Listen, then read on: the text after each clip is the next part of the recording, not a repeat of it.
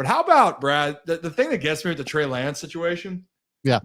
And hearing the reports that I knew the head coach, Mike McCarthy, did not know, and neither did Dak Prescott. And let alone, I think I know how you feel on that, but just the whole situation's bizarre. It's very bizarre. And it's one thing to not let the quarterback know that you're making this trade. Which, I think most organizations would probably, notify the quarterback, right, that they're making this trade. But it's not necessarily a must have, right? You don't have to let the quarterback know, but to not let Mike McCarthy, the coach of your team, know what's going on, that you're changing a very important part of your personnel. It's just really bizarre to me. I just don't understand where Jerry Jones's thought process was with that. Obviously, he's the owner. He can do whatever the hell he wants. And we've seen Jerry Jones go rogue before. But to me, that is just a real big head scratcher, my man.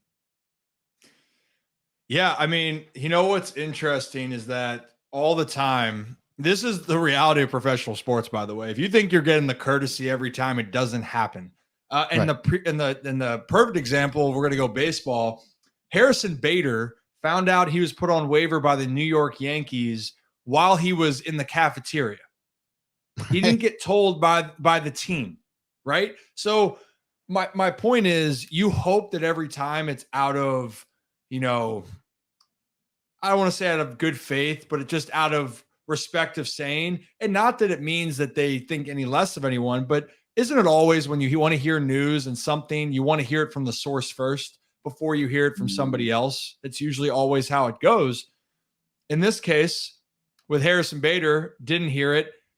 He handled, man, we'll show that clip later on, on X, but he handled it so well. And that was a brutal situation. Well. Yeah.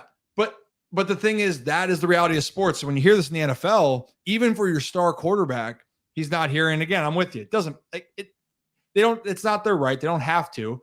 But man, You always feel better when you're involved with those conversations. But Mike McCarthy, who's in charge with assembling and making sure this offense is going to run the way, you'd want to make sure that he's kind of on in the discussion of, if we bring him in, this is our plan. What do we think? Type of thing. So it is what it is, but that is the cutthroat way of business in the NFL and professional sports.